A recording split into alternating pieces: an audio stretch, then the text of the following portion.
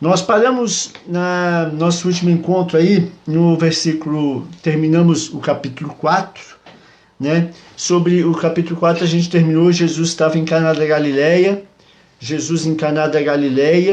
e no final do capítulo 4 foi quando Jesus, o último milagre de Jesus no capítulo 4, foi quando Jesus, ele curou o filho do oficial do rei, né? A gente viu que o oficial do rei foi à procura de Jesus. O oficial do rei saiu de Cafarnaum, foi à procura de Jesus, que o filho estava morrendo, né? E Jesus estava meio que recém-chegado aí de uma viagem que tinha feito da Judéia para Galileia, ficou em Caná da Galileia, e ali Jesus, né, trabalhou primeiro o coração daquele oficial, e depois, né, pela palavra, Jesus liberou cura para o seu filho que estava morrendo, né? E aí onde Jesus curou à distância, né, através da fé trabalhada na mente daquele homem, né? Curou à distância, né, aquele menino, o filho dele. Amém? E aí nós entramos agora em, né, como nós estamos estudando, né, o Evangelho de João, na sequência, né, o apóstolo João, ele entra já, ele nos fala, né, na sequência do retorno, né, de Jesus saindo da Galileia e subindo, né, para a Judéia. Amém? Então ele sai da Galileia, né, e o apóstolo João agora nos conduz novamente, né, esse retorno de Jesus vindo novamente para a Judéia, né, porque a gente sabe que Jesus cresceu na Galileia, na Cafarnaum foi meio que o QG dele na Galileia, e agora ele sobe de novo para a Judéia, que é onde estava Jerusalém, onde nos períodos das festas afluíam, né, todo o povo judeu, né, para Jerusalém, e Jerusalém era o centro nervoso, né, de todo o sistema religioso. Então, em Jerusalém é onde tudo acontecia, né? Então, Jerusalém era, lá na época, Jerusalém era o coração nervoso, né, era o coração nervoso religioso daquela, né, de Israel, daquela região, né? Ok? Então, o que a gente está vendo agora é que Jesus, ele sai da Galileia e sobe para a Judéia. Muito bem. Só que antes disso, né, eu queria falar uma introdução do capítulo 5. O capítulo 5, basicamente, ele se divide em dois blocos, né, o capítulo 5. O primeiro bloco do capítulo 5, né, é o milagre. Então, Jesus, o primeiro bloco começa com o milagre de Jesus, né, no tanque de Betesda. Então, o capítulo 5 começa com o milagre no tanque de Betesda, que vai do versículo 1 ao versículo 15 e do versículo 16 ao versículo 47. Já estoura um outro assunto, que é Jesus se declarando filho de Deus, né, para os religiosos. Então, Jesus se declarando filho, Jesus se declarando Messias, Jesus afirmando a sua autoridade, Jesus afirmando que ele é o mediador entre Deus, né, entre Deus e os homens. Ou seja, vamos tentar entender, como a gente está vendo o Evangelho de João, vamos tentar entender. Jesus aqui, ele é a segunda vez que ele está vindo que a gente viu para Jerusalém. Jesus, o primeiro milagre dele foi lá em Caná da Galileia, que a gente viu, né? Depois de Caná da Galileia do milagre, ele veio para Jerusalém. Em Jerusalém, ele falou com Nicodemos, lembra no capítulo 3. Depois de falar antes de falar com Nicodemos, ele expulsou os cambistas, os mercadores do templo. Aí é chamado de purificação. Depois de expulsar os mercadores e os cambistas do templo, Nicodemos foi ter com ele. A gente viu a conversa dele com Nicodemos. Aí depois disso ele subiu de novo para a Judéia, para a Galileia, onde ele passou por Samaria. Então, no Evangelho de João é a segunda retorno dele a Jerusalém, né? E agora Jesus, nesse retorno a Jerusalém, no capítulo 5, Jesus, ele já veio muito mais, digamos assim, focado, muito mais disposto assim realmente a enfrentar a religião, muito mais disposto, sabe, a se declarar, porque a gente viu em algumas ocasiões que Jesus, alguns comentários, por que o primeiro milagre foi em Caná da Galileia e não em Jerusalém? Porque em Caná da Galileia, né, Jesus primeiro preparou os galileus, ele fez os primeiros milagres lá, sabe, porque em Jerusalém o conflito religioso é muito intenso, seria muito pesado, então Jesus meio que preparou os galileus, fez em Caná da Galileia, e depois ele voltou a Jerusalém, porque realmente em Jerusalém, onde era, sabe, a situação ia ficar tensa, né, e realmente agora vai começar a ficar tenso, porque Jesus nessa segunda vinda, né, nessa segunda vinda a Jerusalém, aos olhos, né, e ao Evangelho de João, ele começa aqui, sabe, a conflitar. Então aqui já começa as tramas, os conflitos com toda o poder religioso, né, da época ali de Jerusalém. Jesus aqui ele já começa a bater de frente e já começa a se declarar como o Messias, o Filho de Deus, o mediador, ele afirma já a sua autoridade. Amém? Então, a partir do versículo 16, né, Jesus ele vai ter um discurso dele se declarando igual ao Pai, se declarando Filho, se declarando esse mediador. Amém? O que provocou já ira, né? Uma ira já em todos os religiosos de Jerusalém. Amém? Então, e detalhe também nesse sermão, porque Jesus, né, o que acontece é que para a gente, Deus é perfeito, né? Porque enquanto Jesus estava lá na Galileia, se preparando, sabe, preparando o povo galileu, fazendo milagres, se declarando, arrumando aquela terra. Aqui embaixo, ali em cima, ali na Judéia, João Batista já começava a preparar um ambiente para a vinda dele, entende?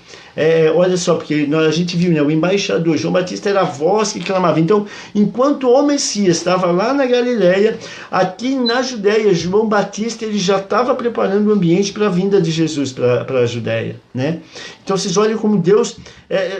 tudo que Deus faz, às vezes tudo que Deus faz é interligado, tudo que Deus faz é organizado, tudo que Deus faz, sabe, ele às vezes ele move, a gente está aqui agora, mas Deus às vezes está movendo o coração de alguém, né, lá no Haiti, entende, para entrar em contato com a gente, para que um dia a gente possa ir para lá, um dia a gente possa ir para a África, um dia a gente possa ter um trabalho na Índia, ou, sabe, às vezes Deus... a gente não tem noção do que ele faz. Então, sabe, o trabalho de Deus, a mente de Deus, o agir de Deus, né? O agir de Deus. E então aqui Jesus, uma das provas, né, para que qualquer líder religioso se levantasse na época como líder religioso e tivesse autoridade e respeito por isso, seria que tivesse testemunhas, né? E João Batista se levantou como uma testemunha, né, dele, né? Uma testemunha de que ele era o Filho de Deus, uma testemunha de que ele era o Messias, uma testemunha. Então João Batista era testemunha. E também era necessário para eles a apresentação de milagres, onde Jesus vivia fazendo milagres e sinais para que ele fosse reconhecido, sabe, como verdadeiramente algo divino, né, uma divindade. Então, ou seja, Jesus, né, ele preparou, ele estava tudo preparado como para chancelar ele como Messias. Olha, eu tenho testemunho, e eu tenho que meu testemunho é João Batista. Vocês viram a voz que clama no deserto. Isso ele fala lá depois, lá mais para o final desse capítulo. E eu tenho os milagres, que vocês estão vendo os milagres, entende? Então, ou seja, Jesus preparou tudo, porque ele sabia que a partir de agora eles iriam tentar começar, entende, a buscar nele alguma forma, né, de condená-lo. Então Jesus ele sabia que ia começar esse processo e eles iam tentar buscar de alguma forma algo para condená-lo. Amém? Então isso aí é mais ou menos nós estamos falando aí de uma introdução do capítulo 5, Então, divide em duas partes. O importante, né, nesse capítulo 5, ele enfatiza o poder sobrenatural de Jesus. Ele continua enfatizando o poder sobrenatural de Jesus. Ele continua para nós aí como para a gente trazer para a nossa vida, né? Que ele traz a cura no lugar da enfermidade. Então Jesus ainda cura, sabe? Aqui é um exemplo de uma cura, né? Uma cura assim, uma cura instantânea, sobrenatural e instantânea. Então Jesus, e ele continua curando sobrenaturalmente, instantaneamente. E Jesus frisa também que traz a vida no lugar da morte, a alegria no lugar da tristeza, a honra no lugar da desonra e a exaltação no lugar da humilhação.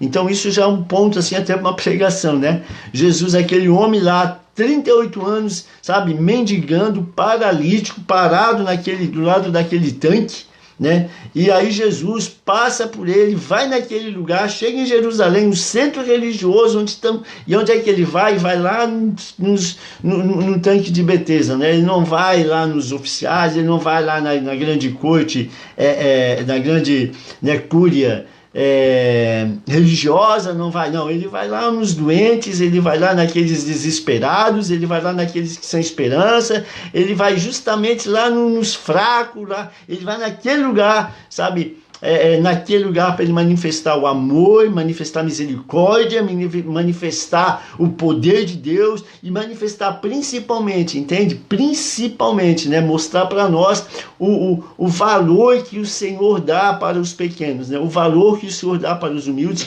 o valor que Deus dá, entende? Para aqueles que sofrem, para aqueles que estão lá desesperançados, aqueles que estão sem fé. Isso para nós aqui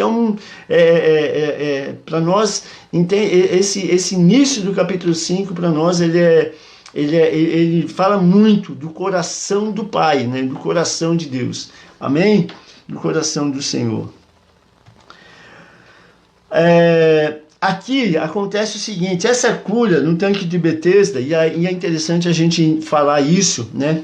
Jesus, ele entra em mais um conflito religioso. Então aqui ele entra num conflito, aqui onde Jesus já começa a conflitar religiosamente, tá? Então, por quê? Porque Jesus curou o paralítico, mas a questão, o cerne do conflito religioso não está só na cura. O cerne do conflito religioso está que depois de curar o paralítico, a grande pegada, o que pegou mais para os judeus, foi que depois de curar o paralítico que estava 38 anos mendigando, né? Depois da cura, Jesus ordenou a ele, agora pega a tua cama, levanta e anda.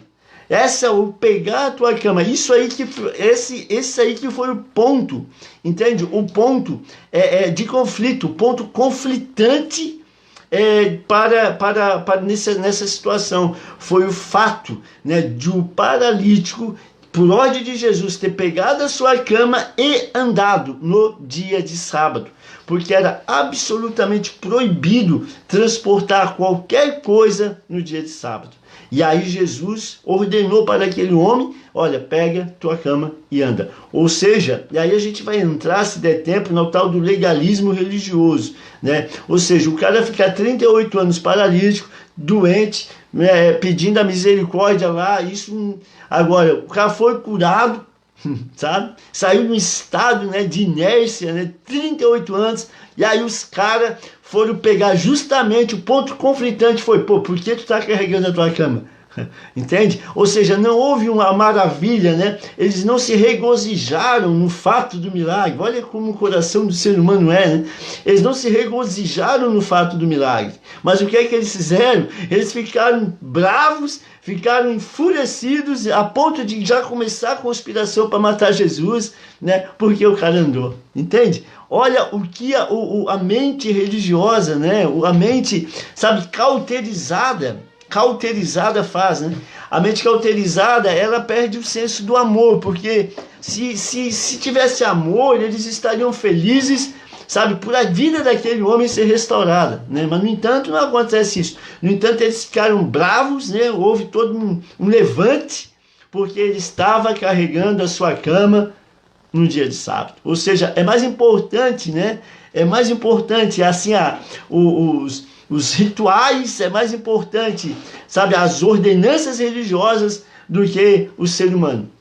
E a gente vai ver ali na frente que essa instrução religiosa de não carregar coisas no sábado nem era da Bíblia, eram códigos rabínicos.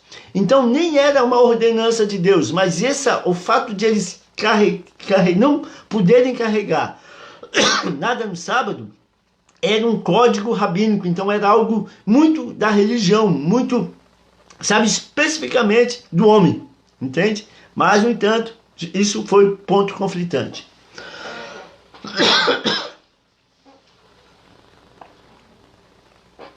Amém? O som aí tá bom? Então, foi um ponto conflitante. Olha, e é porque era sábado, era um shabat, né? Então o paralítico não podia transportar isso no shabat, ok? Agora, para a questão de nós, conhecimentos gerais, em 1888,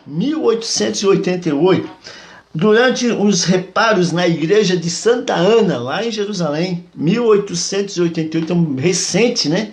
1888, durante os reparos nessa igreja lá de Santana, eles encontraram uma gruta. Nessa gruta eles encontraram desenhos de anjos e água agitando água. Então lá, né, muito provavelmente todos falam que lá era o lugar do tanque de Betesda, entende? Por causa dessas imagens e por causa dos tanques e por causa da arqueologia, né, do lugar. Então, na igreja de Santana, em Jerusalém, está lá o tanque de Betesda. Quando você for a Jerusalém, visite o tanque de Betesda na igreja Santana. Amém? Glória a Deus. É linda, né? Eu fico assim feliz, né? Porque as coisas do Senhor, aos poucos, vão se desvendando, tanto no natural quanto no espírito, né? Tu vê, eles vão descobrindo coisas no natural e a gente vai descobrindo coisas no espírito. Amém? Também esse versículo, capítulo 5, ele também marca o início, ele marca o ciclo das festas, né? O Evangelho de João, ele marca o ciclo das festas, que começa agora no capítulo 5 e vai até o capítulo 10. Então ele marca Jesus ali, ele vai participar aí em várias festas. Inicia uma sessão de conflitos, né, constantes de conflito entre Jesus e a autoridade judaica. Agora vocês imaginem uma outra coisa. Olha isso também, olha também outro ponto conflitante. Além de Jesus ir lá no tanque de Betesda, curar o cego, mandar o cego carregar a cama dele, né? Jesus também, aí também houve algo, porque na época, esses tanques milagrosos, né? Eles não eram reconhecidos por autoridade judaica. Isso aí, os tanques sagrados em santuários de cura era característico de culto grego.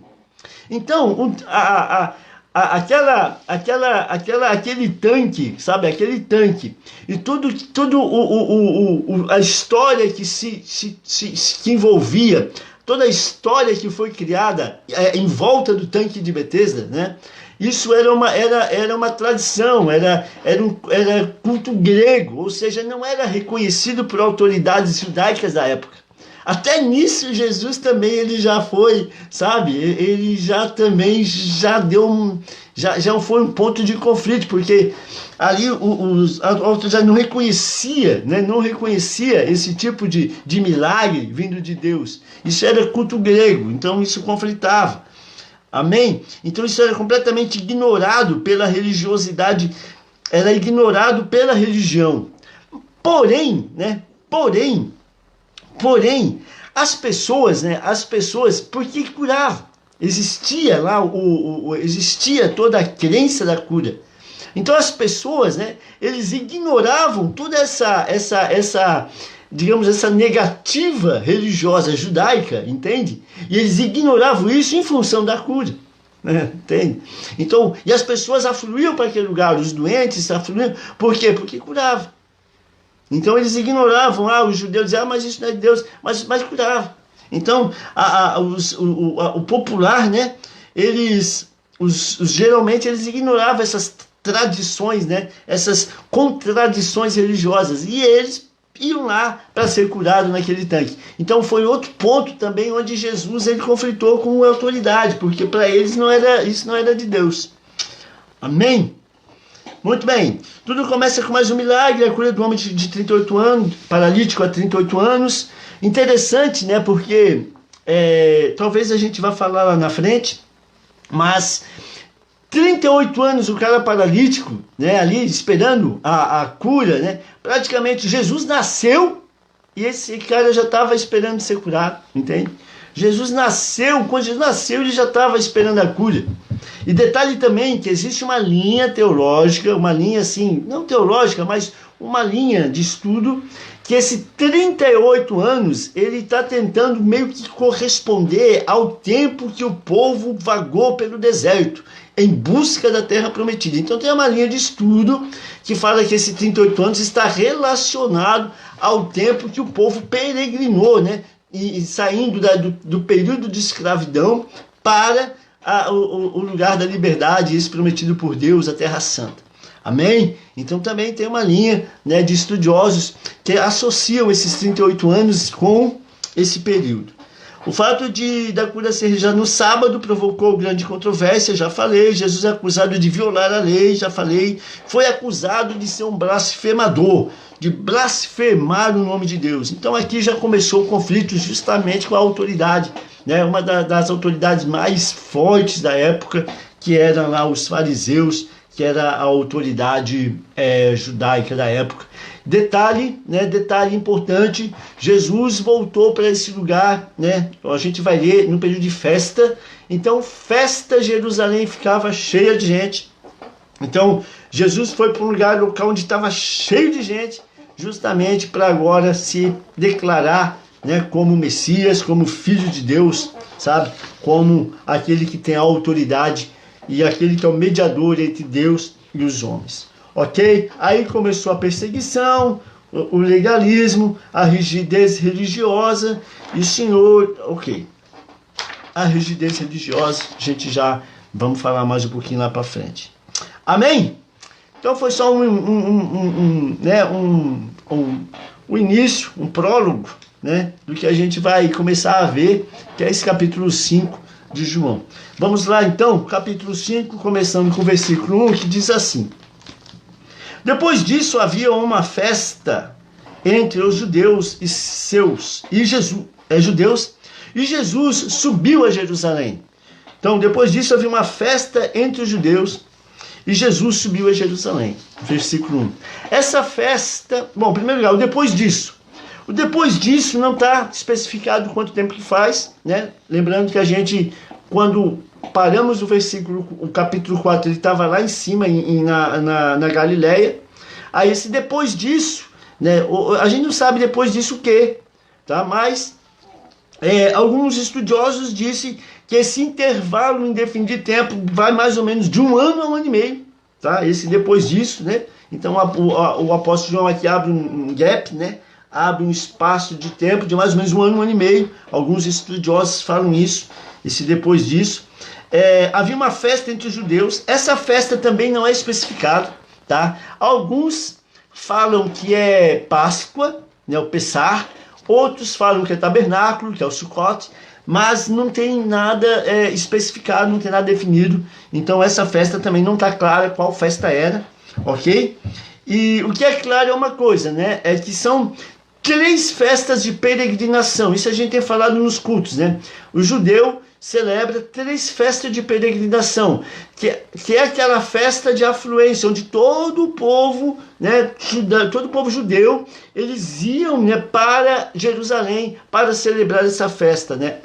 Isso é uma ordem do Senhor, sabe? Então todo o povo, 3 vezes eles voltavam a Jerusalém para celebrar. Essas 3 festas era Pentecostes, que era Shavuot, né? O Pessar, que era Páscoa, Pentecostes, que é Shavuot, e Tabernáculos, né, que é Sukkot. Então são 3 festas de peregrinação que todos afluíam para Jerusalém para a celebração dessas festas. E aqui é uma dessas festas, tá? Uma dessas 3 festas. Ou Páscoa, Pessah, ou o Sukkot, que é o tabernáculo, ok? A gente até falou festa do tabernáculo, né? Nós até estamos agora, nesses dias, celebrando o tabernáculo. Alguns falam tabernáculo, festa... Bom, então subiu a Jerusalém. Esse subiu a Jerusalém é uma questão somente geográfica, porque Jerusalém ficava numa posição geográfica mais alta, né, do que onde ele estava, que era na Galileia. Então é questão só geográfica. Subiu a Jerusalém, estava na Galileia, subiu uma questão geográfica de relevo. Ok. Amém? Muito bem. Vamos ao versículo 2. Ora, em Jerusalém há, próximo à Porta das Ovelhas, um tanque chamado em hebreu de Betesda, o qual tem 5 alpendres. Gente, aqui a gente também já estoura por algumas pontas assim, sabe? Passíveis de estudar, passíveis de se aprofundar, passíveis, sabe? Algumas pontas passíveis de buscar conhecimento. Muito bem, vamos lá. Porta das Ovelhas, próximo à Porta das Ovelhas. Era literalmente uma porta, tá? Essa Porta das Ovelhas, ela ficava ao norte do templo. Era uma portinha, ficava ao norte do templo, onde as ovelhas passavam, e para esse tanque, para banhar nesse tanque, eles lavavam as ovelhas nesse tanque, porque muitas ovelhas vinham de viagem, né? Como eu falei, festa da peregrinação, essas ovelhas vinham das viagens, então lavava essas ovelhas para apresentá-las ao sacrifício. Agora, interessante uma coisa que eu quero falar com vocês. Nós estudando, a gente fica percebendo o seguinte, né? Jesus foi o sacrifício vivo, foi no tanque, né, chamado, a gente vai olhar, Betesda é o tanque da misericórdia, a casa da graça, né? A casa da graça, a casa da misericórdia. Então, olha só, o sacrifício vivo, que seria depois, né, daqui a pouco ele seria o próprio sacrifício, ele foi na casa da misericórdia, onde as ovelhinhas, que eram o sacrifício atual, eram lavadas para ser apresentadas em sacrifício no templo. Mas depois do sacrifício vivo, ele foi o último sacrifício. Depois dele não foi sacrificado, mas nenhum animal, né? Porque ele foi o último sacrifício vivo. Então, olha só, como em Jesus, Deus tem me falado um pouco muito sobre isso. Em Jesus, todas as coisas convergem. Vocês imaginam a cruz, imagina a cruz de Jesus, imagina a cruz, imagina ela separando 2 ambientes, entende? Olha, imagina a cruz separando 2 ambientes.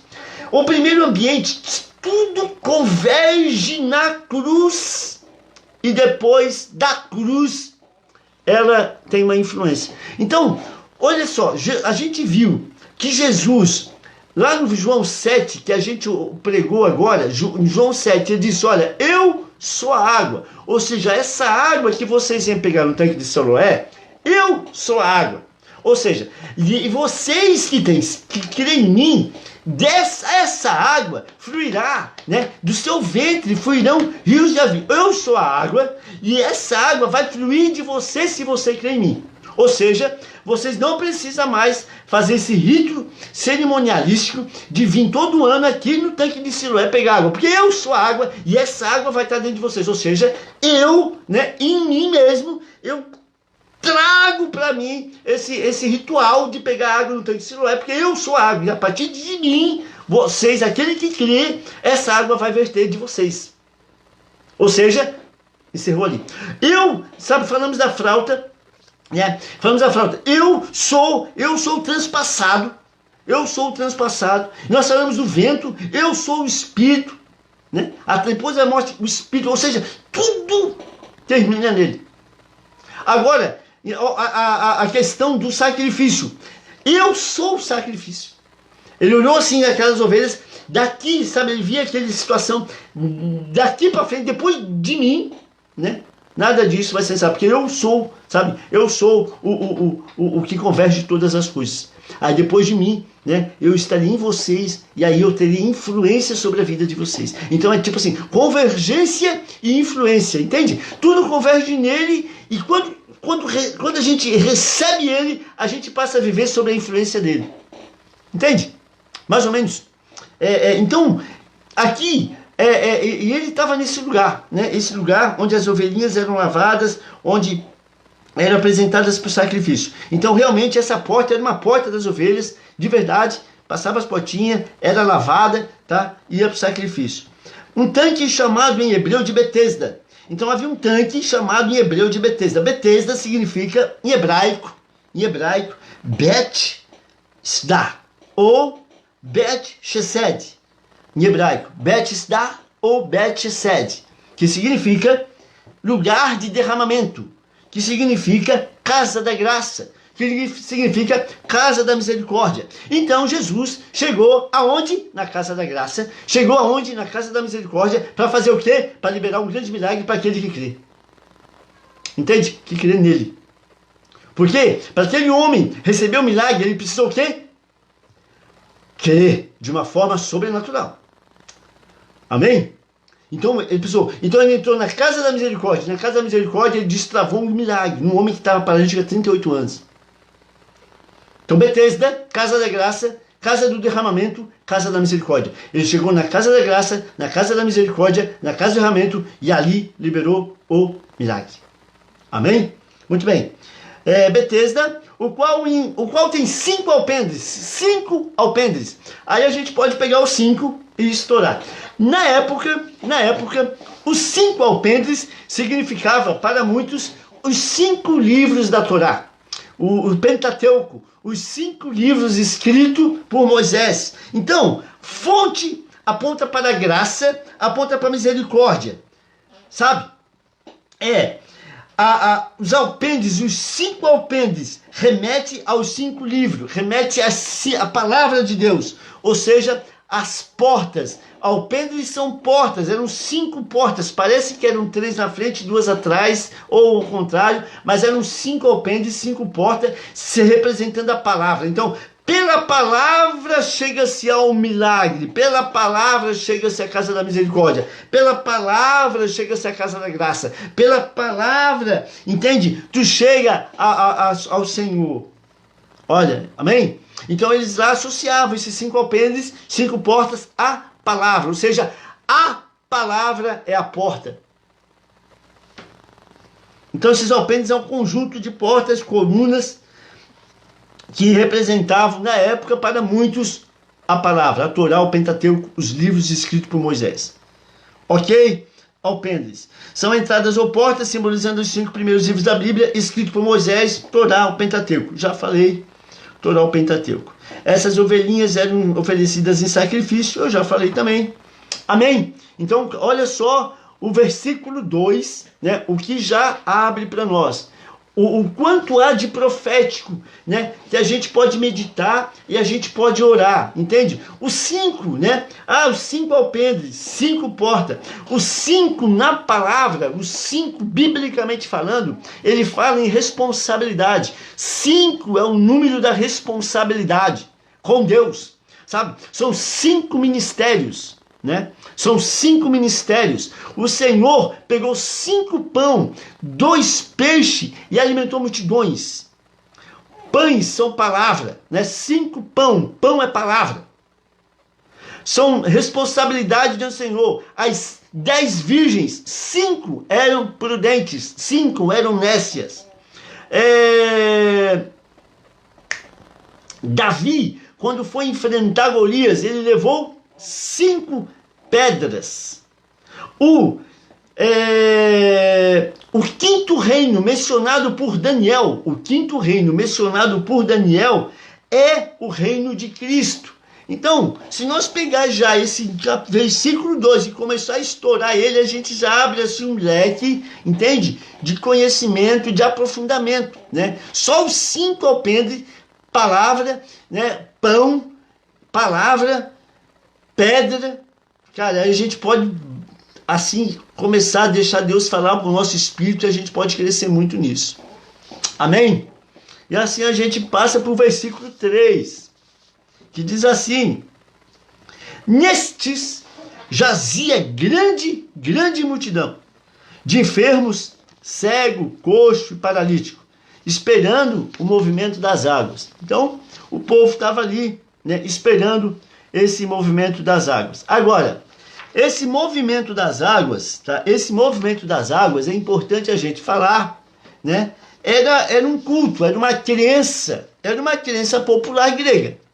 Então, muitos não acreditavam porque consideravam isso uma crença, consideravam isso algo assim, sabe? Não, algo meio que, assim, aquele negócio que celebra por aí é fantasioso, entende? Folclore, né? Algo assim, muitos consideravam isso. Mas assim, sendo ou não, né? Fantasioso, uma crença, um anjo descia ou não descia, o que acontece é que curava, entende? Ou descia, ou a cura acontecia, entende? Então o movimento, agora esse movimento das águas, tá? No versículo 3, o movimento das águas e o versículo 4, muitos dizem que foi colocado depois, até para entender o versículo 7. Então muitos estudiosos dizem que esse, assim, o movimento das águas e o versículo 4 foi posto depois para dar um entendimento ao versículo 7. Então muitos estudiosos não consideram esse movimento das águas e o versículo 4, por causa dessa, né, que pode ser uma crença ou um folclore, tá, esse movimento das águas. Mas foi colocado para quê? Para dar entendimento, porque senão a gente não vai entender o versículo 7. Tá bom? Então, bom, foi excluído. Muitos acreditavam ser esse um fenômeno natural, nada de espiritual, mas curava. Considerava que somente era um borbulhar de água, não um movimento de anjo. A questão do anjo descer ou não, sabe? Não, mas curava, né? Então podia ser uma superstição ou não, mas a cura existia.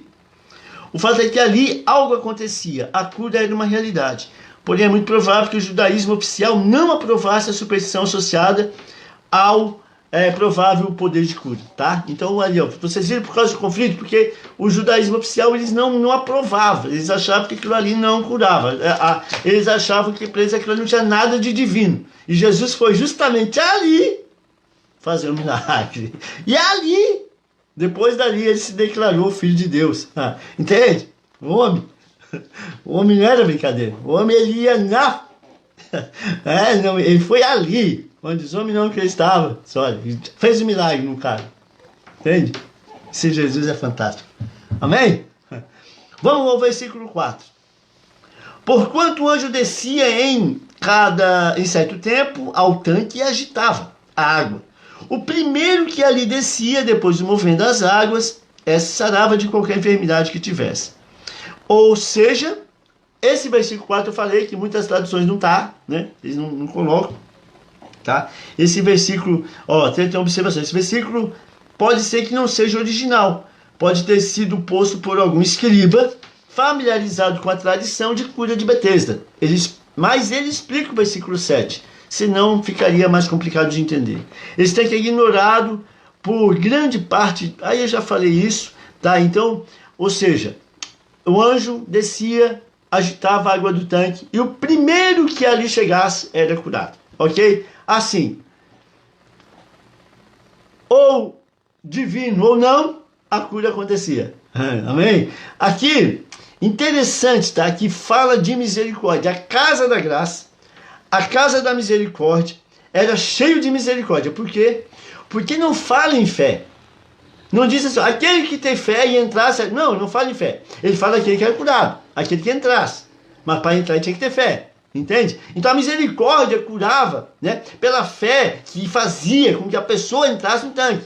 Mas ele não fala em fé, ele fala sobre o fato da pessoa se deslocar até a água. Agora, se tivesse fé ou não, isso não vem ao caso. Não veria nesse caso ao caso. Entende? Ele fala que o primeiro que entrasse era curado. Tá? O primeiro que entrasse era curado. Então, a fé, não fala em fé, ele fala em misericórdia. Ou seja, aquele que entrasse era curado. Ok? Mas aqui, né? Eu até tem uma observação que eu li, né? Assim, imagina uma pessoa com fé. Entende? Se o primeiro entrar era curado, agora você imagina nós, né? Nós com fé. Né? O que a nossa fé pode produzir? O que a nossa fé pode fazer? O que a nossa fé pode, sabe, desencadear? O que a nossa fé pode gerar? Né? Pode gerar. Amém? E aqui interessante também, eu tenho um comentário que eu li, é que havia uma multidão no tanque, mas quantos foi curado? Segundo João, um só. Né? Por quê? Porque muitos não creram. Né? Porque muitos, né, apesar de Jesus, eu li essa observação, apesar de Jesus, ele andar por ali, apesar de Jesus fazer milagre, apesar de Jesus fazer o que muitos ainda não creram que ele era o Filho de Deus. Entende? Apesar de Jesus fazer tudo isso, mas aí muitos ainda não conseguiram crer, sabe, que Jesus era o Filho de Deus. Amém? Então, os milagres para muitos não foi suficiente, não eram suficientes. Muitos ainda ficaram sem crer. Por isso que lá no capítulo 7 diz, aqueles que crêem do seu interior fluirão rio, porque nem todos creram. Versículo 5. Estava ali um homem que havia 38 anos, estava enfermo. Eu já falei dos 38, né? Já falei da associação que faz de alguns estudiosos com 40 anos no deserto, isso que eu já disse, eu escrevi aqui, mas eu já falei. Esse enfermo, né, era paralisado, era uma paralisia, ele era coxo. No grego, ele era um inválido, né, um aleijado. Esse era o enfermo, ele não andava. Tá? Estava 38 anos. Amém? Então essa informação aqui está bem clara. Versículo 6. Subiu e Jesus, aqui também tem outro detalhe, né? Aí Jesus, vendo ele deitado e sabendo que já estava nesse estado havia muito tempo, disse-lhe, queres ficar são? Né? Então, aqui é interessante, porque esse sabendo, os estudiosos, né, eles falam que foi mais sabe aquele conhecimento de Jesus, um conhecimento sobrenatural de Jesus, a mesma coisa como ele fez com Natanael. Se Natanael, eu te vi debaixo de uma figueira e tal, a mesma coisa como ele fez para a mulher samaritana, né? Ou seja, tu realmente não tem marido, porque tu tivesse 5 que tu tem não é teu. Então, esse sabendo foi mais uma expressão do conhecimento e do poder sobrenatural de Jesus. Tá? Esse sabendo. E ele sabendo. Ou seja, isso foi uma revelação de Jesus, porque Jesus foi uma revelação de Jesus, sabe, desse poder que ele tinha, né, de saber as coisas antes. E vendo ele deitado e sabendo, então ele estava deitado, né, ele moveu por um sentimento de compaixão. Então aqui, eu até escrevi, porque eu tenho um comentarista que fala, né, o Senhor teve compaixão para a multidão, pelos desafortunados, pelos enlutados, pelos leprosos, sabe? Então isso era o coração de Deus. O coração de Deus, ele se move, né? Ele se move por aquele que tem necessidade. O coração de Deus, ele se move, entende? Por aquele que precisa de esperança. Ele se move por aquele que anseia, sabe, por um toque do Senhor. Ele se move por aquele que anseia ser liberto. Então aqui é uma expressão, sabe, é uma expressão do coração do Senhor, é uma expressão do coração de Deus. O coração de Deus anseia e se move, né, a favor daqueles, sabe, que precisam e que estão precisando dele. Amém? Então revela, né, uma face do coração do Senhor. Ok? Sabendo, eu já falei. Esse aqui é o seguinte, esse detalhe aqui essa frase de Jesus, né? A gente para pensar assim, o que Jesus perguntou para ele, né? Queres ficar são? Então essa pergunta de Jesus realmente foi, queres ficar são? Essa palavra, queres ficar são, para aquele homem que estava há 38 anos ali, né? Foi um perfeito, assim, um desafio, né? Jesus olhou para o cara e disse, olha, eu vou te desafiar agora. Queres ficar são, né? Então, você imagina, né? 38 anos esperando alguém, um homem para ajudar, né? 38 anos esperando alguém que botasse ele no tanque. Agora chegou alguém que diz, queres ficação? Então, aí Jesus, a mesma coisa que ele fez com o oficial do rei, né? Ele trabalhou a mente do cara, assim, queres, ou seja, ele obrigou, sabe, aquela mente que já estava até atrofiada pela paralisia, 38 anos, aquela mente que já estava num lugar, entende? De, assim, olha, eu sou assim mesmo, não vai ter jeito, eu vou morrer e não vou conseguir entrar lá, porque, olha gente, 38 anos é tempo. Então, aquela mente, sabe, que com certeza, né, as esperanças já tinham sido, porque tu imagina, 38 anos, quantas pessoas, né, que ele já viu ser curada naquele tanque, 38 anos que ele já presenciou, né, de cura, mas, no entanto, Jesus ele faz um desafio para aquela mente cauterizada, aquela mente atrofiada, né, aquela mente escrava, dizendo, queres ficação? Isso é fantástico. Eu acho que isso aqui a gente pode pegar essa frase de Jesus e estourar ela assim. Cara, se Jesus perguntou isso para um cara que está 38 paralítico, imagina para nós, né? O que ele não pode fazer com a nossa vida, entende?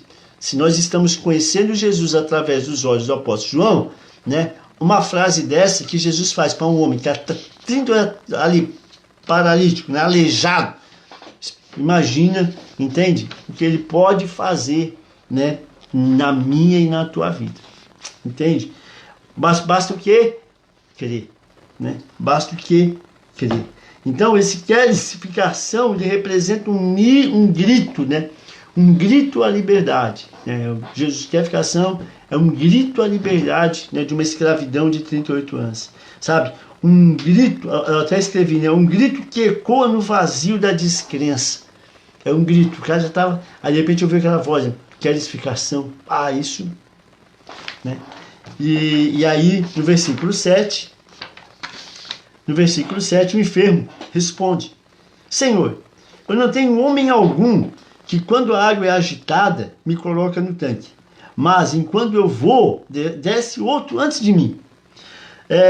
Esse não tenho homem algum, denota que aquele homem ainda estava voltado para o natural. Né? Cuidado, ele não tem homem nenhum, ou seja, o próprio Deus está falando com ele, né? Mas a resposta que ele dá, ele não tem homem nenhum. A mesma resposta que a samaritana deu, mas como tu, sendo judeu, pede, mas como tu vai tirar água do poço se tu não tem nada para tirar? Né? A mesma coisa que Nicodemos falou, né? Mas como é que eu, sendo grande, vai entrar e vai nascer de novo? Ou seja, isso é igual. Né? Ou seja, ele respondeu de uma forma natural. O que ele respondeu? Senhor, tu pode me pegar aqui, né, e me jogar lá no tanque quando ela ajustado. Fica aí, homem, e me ajuda, porque essa é a forma que eu enxergo. Essa é a forma que eu enxergo da minha libertação, da minha cura. É que tu fica aqui do meu lado, quando é agitado, tu me pega e me bota lá. Essa é a visão do cara, entende? Legal, né? Lembra o culto de domingo, né? Que ele falou para Abraão: Abraão, vem cá, vou te mostrar. Ele elevou Abraão às estrelas. Tá vendo as estrelas, Abraão? Abraão olhou de cima para baixo e viu as estrelas. Então, ou seja, ele levou a mente natural. Jesus ele carrega para o sobrenatural, né? Para o sobrenatural. E aquele homem estava vendo o natural ainda. Disse, olha, mas não tem, fica aqui, se o senhor me ajudar, me puxar. Né? Então a esperança dele estava centrada em que Jesus pudesse ajudar a entrar no tanque. Ou seja, ainda estava, né, uma mente ainda, um entendimento natural, né? Um entendimento natural. Esse enfermo, eu já falei, coxo, paralítico e um rejeitado. A água aqui, eu até escrevi, né? A água, como a água ela entra novamente, né?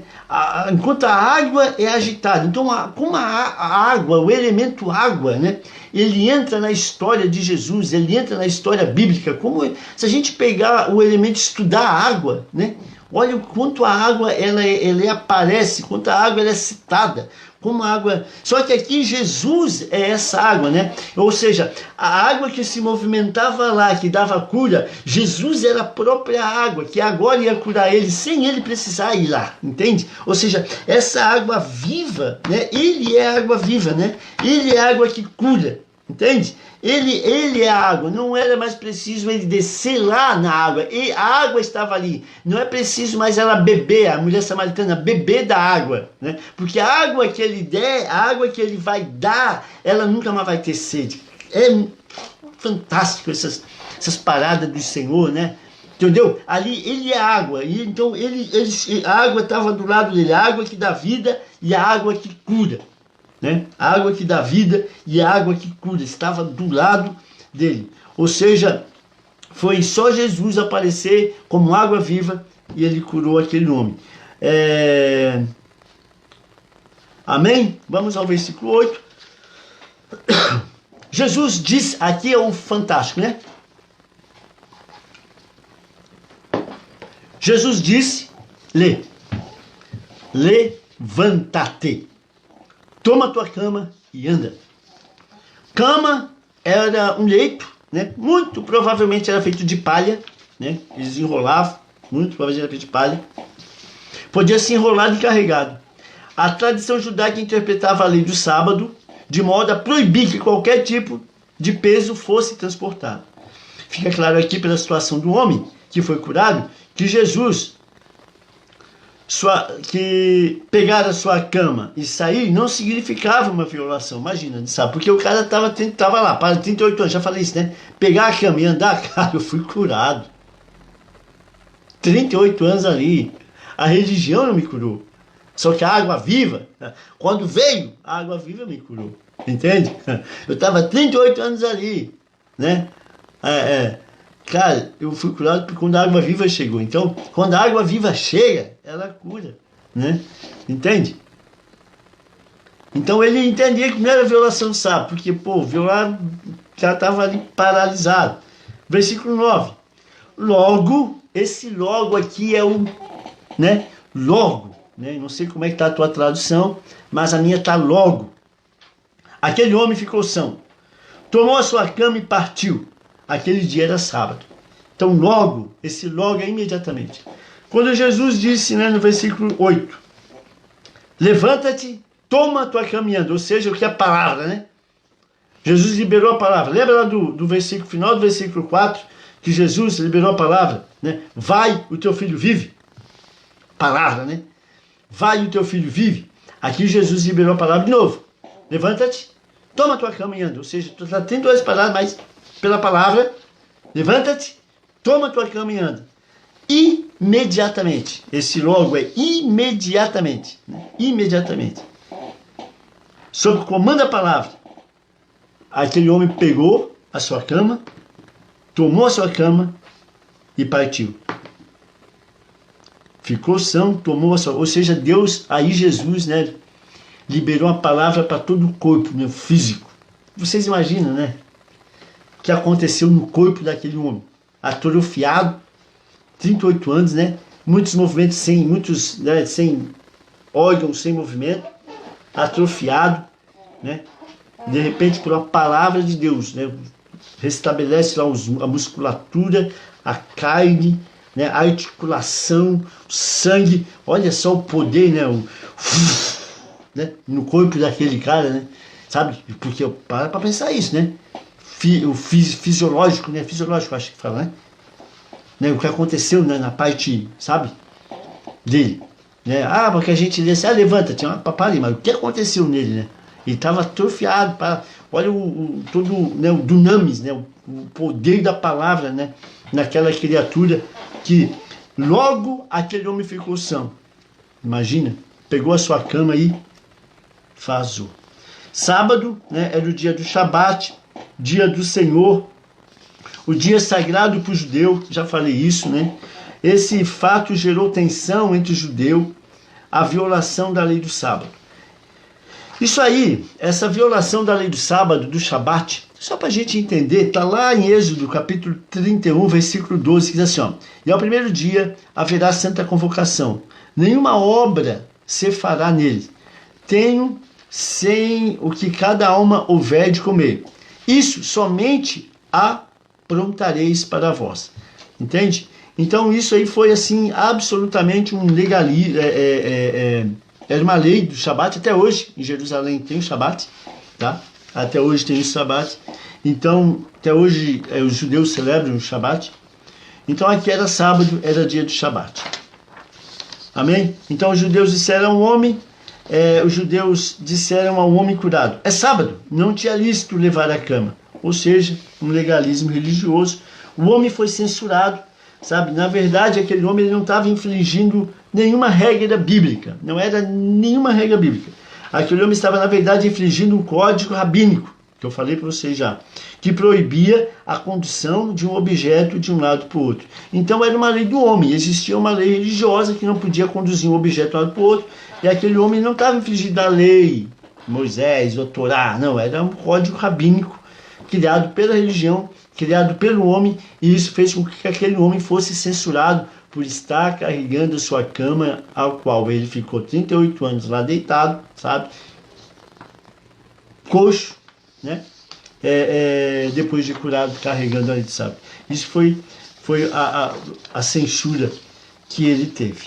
Amém? Vamos andar mais um pouquinho, porque agora são versículos que se explicam, né? Aqui eu só escrevi assim, que não houve uma alegria por parte da religião. Na religião, ela não se alegra, né? Ela não se alegra no processo da cura. Isso eu já falei também, né, que a religião não se alegrou, né, ficou mais focado, né, a mente cauterizada, ficou mais focado nas leis, né, ficou mais focado, sabe, do que especificamente a preocupação com aquele ser humano. Aí o versículo 11, assim, ó. Aquele que me curou, ele próprio disse, toma a tua cama e anda. Né, então está claro, né, aquele que me curou, ele próprio disse, ou seja, eu estou obedecendo né, de uma certa forma, né, vocês não fizeram nunca nada por mim. Agora, aquele que me curou, né, ele disse, toma a tua cama e anda. Pô, se o cara me curou, vocês, olha, lá, só lamento. Entende? Aquele que me curou, ele próprio disse, toma a tua cama e anda. Ou seja, foi a explicação que ele deu para as autoridades judaicas que estavam censurando ele, né, de ele estar infringindo a lei de sábado. Aí perguntaram, quem é o homem que te disse, toma tua cama e anda? E aí, no versículo 3, o que for curado diz, nem sabia quem era, porque Jesus havia se retirado. Naquele lugar havia uma grande multidão. Então Jesus foi, curou o cara, levanta, toma tua cama e anda. Ele levantou, tomou a cama e andou, e Jesus vazou, porque eu falei, era muita gente em Jerusalém, tinha multidão. Vocês imaginam o que aconteceu naquele dia lá, né, com esse homem, né, 38 anos ali parado, né, depois de começar a andar. Tá? Então havia se retirado para não causar confusão. Jesus foi. Depois, versículo 14, Jesus encontrou no templo e disse, eis que já está são, não peques mais, para que não te suceda alguma coisa pior. Ou seja, quando Jesus encontrou ele no templo, muito provavelmente esse homem foi ao templo para quê? Para agradecer a cura. Muitos dizem que ele foi, depois da cura, ele foi ao templo, né, na casa do Senhor, para agradecer a cura, né? Diferente de muitos, né? Muitos, quando são curados, saem da casa do Senhor, né? Ele foi curado e foi para a casa do Senhor para agradecer a cura. Muito provavelmente foi para agradecer a cura, para cultuar a Deus, né? Para cultuar a Deus e agradecer a cura. Não peques mais. Então Jesus ele dá um alerta, né? Que é um alerta, que aquela doença daquele homem estava sofrendo por causa de algum pecado. Né? Não que isso seja uma regra. Todo sofrimento é pecado. Não é isso. Mas né, aqui abre um precedente para estudo. Né? Olha, vai e não peques mais, para que coisa pior não te aconteça. Amém? Então a gente abre para a gente estudar, né, e para a gente meditar e para a gente ter um certo temor.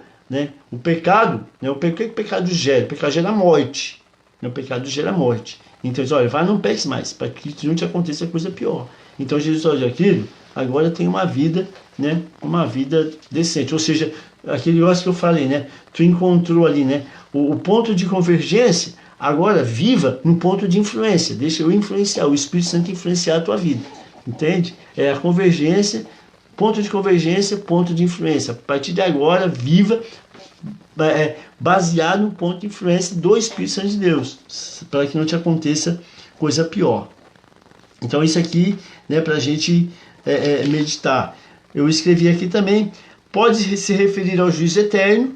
Então também existe uma linha, né, que pode estar se referindo ao juízo eterno, ou pode ser, é isso aí, ao juízo eterno. Amém? Então, esse não peques mais, né, para que não te aconteça coisa pior, né? Então ele pode também tá se referindo ao final dos tempos, ao juízo eterno. Amém? Muito bem. Aí o versículo 15 em diante a gente vê na semana que vem, tá? Porque agora nós vamos entrar nessa parte ali onde Jesus ele vai se declarar o Filho de Deus, ele vai se declarar o Messias, ele vai confrontar a religião, é o discurso de Jesus, né? Agora a gente entra até o final, ao versículo 47. O que é? É o discurso de defesa de Jesus a todos os magistrados, a todos aqueles religiosos, aos fariseus, sabe, que estavam questionando, né, a divindade dele, questionando o poder dele, questionando, né, ele como Messias, ele como Filho de Deus. E agora o que acontece? Jesus entra num processo de explicação, né, de quem ele é. Amém? Glória a Deus. Espero ter edificado